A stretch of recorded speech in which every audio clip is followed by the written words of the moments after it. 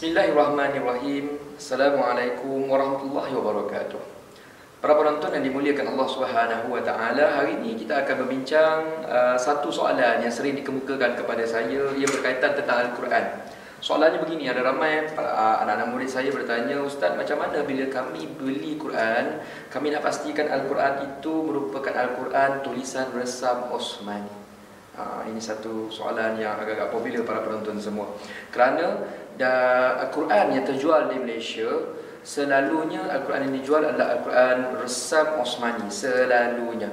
Tetapi ada juga sebahagian Al-Quran, terutamanya Al-Quran yang ada bercampur tafsir. Sebagai contohnya, ayat Al-Qurannya bukan ditulis dengan kaedah tulisan resam Osmani, tetapi ia merupakan tulisan yang kita panggil sebagai resam imla'i. Baik, para penonton yang dimuliakan Allah Subhanahu wa taala, bagaimana cara untuk membezakan antara yang ni Quran ni resam Osmani ke, yang ni ke tidak?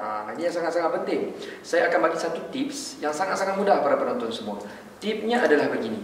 Kalau kita pergi mana-mana kedai buku, kemudian kita buka mana-mana Al-Quran yang kita nak beli, tips yang pertama untuk mengetahui sama ada Al-Quran tersebut tulisannya resam Osmani ataupun tidak, tuan-tuan dan puan-puan buka surah Al-Fatihah.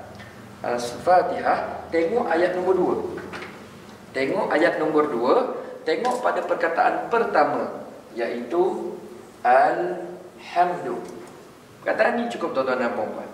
Kalau resam Osmani, kalau resam Osmani, kalau resam Osmani, huruf alif yang pertamanya ini, dia punya atas dia macam ni. Yang kita sebut sebagai hamzah wasal.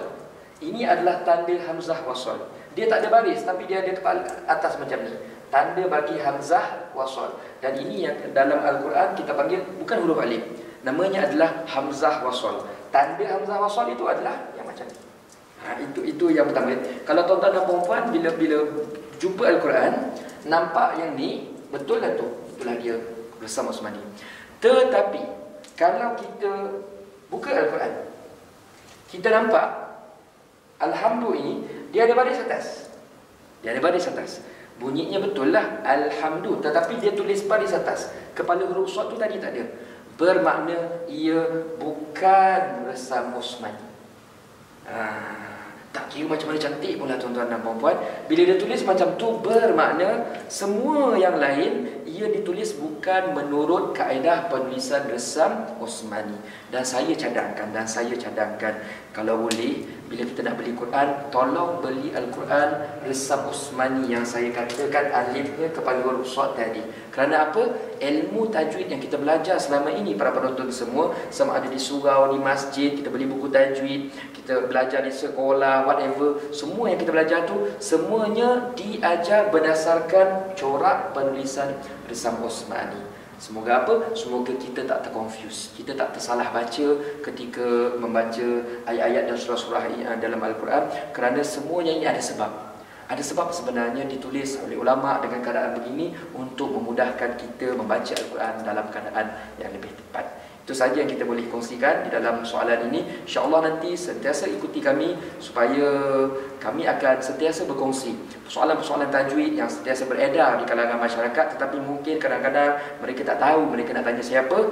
Kita jumpa dekat sini para penonton semua. Dan kalau para penonton ada apa-apa soalan tajwid, tanya terus kepada kita melalui email yang kita berikan di bawah ataupun PM dalam Facebook kita.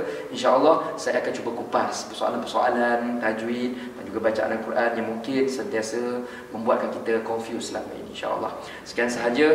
Saya berharap tips ini dapat memberikan manfaat yang besar kepada para penonton semua. Wabillahi taufiq wal hidayah. Wassalamualaikum warahmatullahi taala wabarakatuh.